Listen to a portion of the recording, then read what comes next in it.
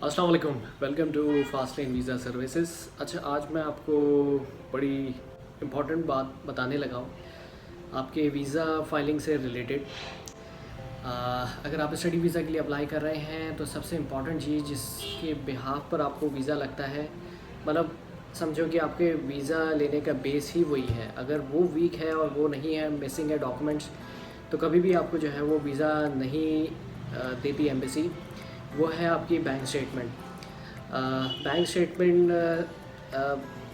Student समझते हैं कि सबसे पहले समझने वाली बात ये है कि स्टूडेंट्स को लगता है कि बैंक स्टेटमेंट आप किसी की भी लगा सकते हैं, अंकल की लगा सकते हैं, मामा की, चाचा की लगा सकते हैं। लेकिन सबसे पहले आपको ये समझना होगा कि बैंक स्टेटमेंट जो है वो आया कि एक्सेप्ट किस किस की हो सकती है एम्बेसी के अंदर।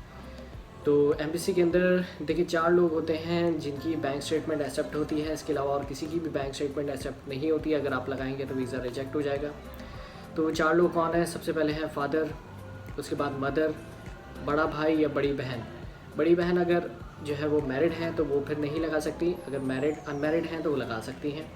तो ये 4 लोगों के अलावा कोई भी बैंक स्टेटमेंट, किसी की भी बैंक स्टेटमेंट नहीं चला सकते आप। अच्छा, बैंक स्टेटमेंट की भी कैटेगरी होती है कि ये बैंक स्टेटमेंट एक्सेप्ट हो सकती है और इस कैटेगरी की हो सकती है, उस कैटेगरी की नहीं हो सकती। जैसे फॉर एग्जांपल आप फिक्स एसेट्स होते हैं, जैसे नेशनल सेविंग्स में आप अपनी अमाउंट को ब्लॉक करते हैं, रखते हैं, तो ये बैंक स्टेटमेंट एक्सेप्ट नहीं होती है।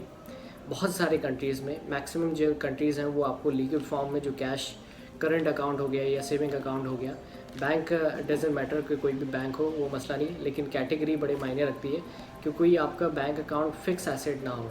हाँ, ये कि जर्मनी में आपको ब्लॉक अकाउंट चाहिए होता है, वो अलग सिनेरियो। लेकिन अगर बैंक स्टेटमेंट की रिक्वायरमेंट है तो आपको या तो सेविंग अकाउंट या तो फिर करंट अकाउंट आपको दिखाना पड़ेगा। नेशनल सेविंग के सर्टिफिकेट्स वगैरह जैसे बहबूद के सर्टिफिकेट्स होते हैं, ये नहीं एक्सेप्ट होते। इसको आपको क्या करना पड़ेगा, वहाँ से पैसे निकाल के जो है आपको अपने करंट अकाउंट या सेविंग अकाउंट जो भी है उसमें आपको डालना होगा। अच्छा, एक और चीज़ ये कि बैंक स्टेटमेंट मतलब बैंक अकाउंट जितना भी पुराना होगा ना, उतना ही एक फ़ायदेमंद होगा, स्ट्रॉन्ग होगा।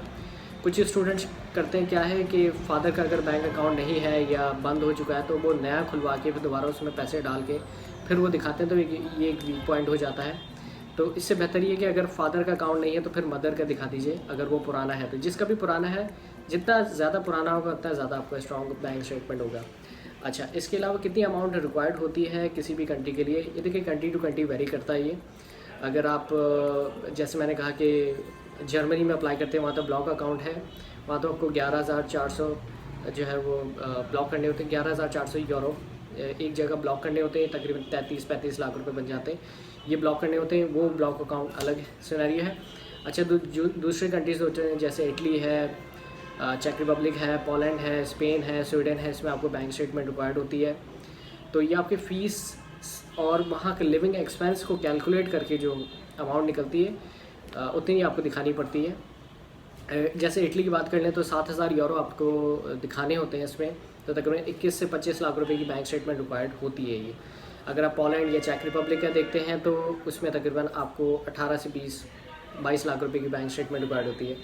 इसी तरीके से अगर आप जिसकी ज़्यादा फ़ीस है, जैसे यूके हो गया, ऑस्ट्रेलिया हो गया, कनाडा हो गया, इनकी फ़ीसेस ज़्यादा हैं, तो इस हिसाब से आपको बैंक स्टेटमेंट पर फिर ज़्यादा दिखानी पड़ेगी। तकरीबन 80 लाख से 1 करोड़ की आपको बैंक स्टेटमेंट दिखानी होगी, क्योंकि वहाँ फ़ीस और लिविंग एक्सपेंस को कैलकुलेट करके ये बैंक स्टेटमेंट बनती है। ये आपको देखना होगा कि किस कंट्री की कितनी बैंक स्टेटमेंट रिक्वायर्ड है, कितना आपका एक्सपेंस है। ये आपको इजीली जो है वो गूगल पे आप चेक करेंगे कि क्या लिविंग एक्सपेंस 1 साल का आएगा और कितनी फ़ीस है आपकी, और यहाँ से कितनी फ़ीस पे कर रहे हैं और कितनी बच जाती है, उसको कैलकुलेट करके आप अपनी बैंक स्टेटमेंट चेक कर सकते हैं कि कितनी जो है वो रिक्वायर्ड होती है। अच्छा, इसके अलावा होता ये कि बड़ी इंपॉर्टेंट चीज़ है जिस पे वीज़ा रिजेक्शन आती हैं ज़्यादातर, वो होता ये कि फॉर एग्ज़ाम्पल आपके स्पॉन्सर हैं फादर, और फादर करते हैं जॉब, और आपने बैंक स्टेटमेंट लगाई है अपने फादर के प्रोफाइल के साथ वीज़ा फाइलिंग के लिए। तो वो जो प्रोफाइल है, जैसे फादर की प्रोफाइल ये कि वो जॉब पर्सन है, तो आपकी जॉब पर्सन की तरीके की ही बैंक स्टेटमेंट होनी चाहिए। ये ना हो कि फादर जॉब करते हैं और बैंक स्टेटमेंट बिज़नेस की तरीके से ट्रांजेक्शन्स हुई हुई हैं इसके अंदर। अगर सैलरी पर्सन है तो सैलरी पर्सन के ही हिसाब से जो है वो बैंक स्टेटमेंट होती है। अगर बिज़नेस पर्सन है तो बिज़नेस के हिसाब से होती है। ये ना हो कि बिज़नेस शो कर दिया है कि फ़ादर मेरे बिज़नेस करते हैं और बैंक स्टेटमेंट जो है वो सैलरी पोर्शन की है, सैलरी हर महीने गिर रही है, उसमें ऐसा नहीं होता। ये मिसमैच हो जाती है। मिसमैच जब होती है तो फिर वीज़ा रिजेक्ट हो जाता है। इसका ज़रा आपने ख्याल रखना है कि आपने बैंक स्टेटमेंट प्रोफाइल को देखते हुए बनानी है। बिज़नेस पर्सन है तो बिज़नेस की तरीके से होगी, सैलरी पर्सन है तो सैलरी की तरीके से होगी। सैलरी पर्सन क्या होता है कि सैलरी हर महीने आती है और सैलरी जो है वो आपके अकाउंट में डिपॉजिट होती है और दिखनी चाहिए बैंक स्टेटमेंट में, और 6 महीने की बैंक स्टेटमेंट जो है वो रिक्वायर्ड होती है, करंट एंडिंग बैलेंस जो दिखाना होता है। ठीक है, इसके अलावा जो है कोई सोर्स ऑफ इनकम होती है, एक्स्ट्रा सोर्स ऑफ, अगर और स्ट्रॉन्ग करना है अपने बैंक स्टेटमेंट को, तो अगर कोई सोर्स ऑफ इनकम एक्स्ट्रा है, कोई फॉर एग्जांपल रेंट आ रहा है आपका, कोई और घर में कोई और जॉब कर रहा है या कोई बिज़नेस कर रहा है, तो वो अमाउंट भी आप जो है वो वहाँ पर उस बैंक अकाउंट में जो है वो डाल सकते हैं। फॉर एग्जांपल फादर के नाम पे कोई ज़मीन है, उस पर घर बना हुआ है, कोई फ्लैट है जो रेंट पे है, तो रेंट भी अगर उस अकाउंट में नज़र आ जाए तो ये आपकी बैंक स्टेटमेंट और स्ट्रॉन्ग हो जाती है। लेकिन इसको डिक्लेयर करना पड़ेगा आपको FBR से, मतलब टैक्स रिटर्न्स में आपको अपने एसेट जो आप दिखा रहे हैं, प्रॉपर्टी दिखा रहे हैं जहाँ से रेंट आ रहा है, वो डिक्लेयर करना भी ज़रूरी होगा। इससे और थोड़ा सा आपकी बैंक स्टेटमेंट स्ट्रॉन्ग हो जाती है, क्योंकि एम्बेसी देखना चाहती है कि सोर्स ऑफ इनकम कितनी ज़्यादा है आपकी। जितनी ज़्यादा आप दिखाओगे सोर्स ऑफ इनकम, उतना आसान हो जाएगा आपका वीज़ा लेना। मैंडेटरी नहीं है, लेकिन ये एक एक्स्ट्रा एफर्ट होती है, एक्स्ट्रा समझो कि एक चीज़ हो जाती है जिस पर आपको वीज़ा लगना और आसान हो जाता है।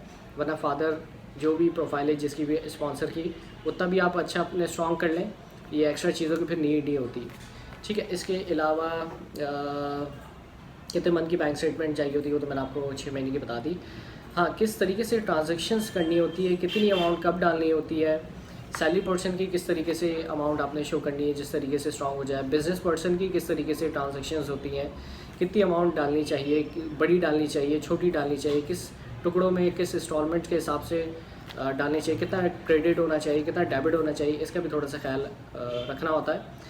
इसके हवाले से डिटेल अगर आपको कोई रिक्वायर्ड है तो मैं डिस्क्रिप्शन में नंबर छोड़ देता हूँ, तो आप जो है वो हमसे रब्ता कर लीजिएगा, तो मैं आपको ब्रीफ़ कर दूँगा कंप्लीट। बल्कि आपको हम सैम्पल भी प्रोवाइड कर देंगे कि ये सैम्पल्स हैं बैंक स्टेटमेंट के जिस पे वीज़ा लगे, तो उसको देखते हुए अपनी बैंक स्टेटमेंट को तैयार करेंगे तो वीज़ा लगना बहुत ही आसान हो जाएगा। क्योंकि अगर आपने वीज़ा लेना है, ये याद रखिए, अगर वीज़ा लेना है किसी भी कंट्री का, तो अपने स्पॉन्सर को, अपनी स्पॉन्सर की बैंक स्टेटमेंट को सबसे ज़्यादा स्ट्रॉन्ग करना है। एडमिशन, स्कॉलरशिप भी कुछ भी नहीं मायने रखती, जो मायने रखता है वो आपकी स्पॉन्सर का प्रोफाइल है, इसी को सबसे ज़्यादा स्ट्रॉन्ग करना होता है हमें। इसी पे ही सारा दारोमदार होता है वीज़ा का। तो मैं डिस्क्रिप्शन में नंबर छोड़ा, और कोई डिटेल प्रोवाइड करने मतलब आपको कोई चाहिए तो बिल्कुल आप हमसे रब्ता कर सकते हैं। ठीक है सर, ओके, अल्लाह हाफ़िज़।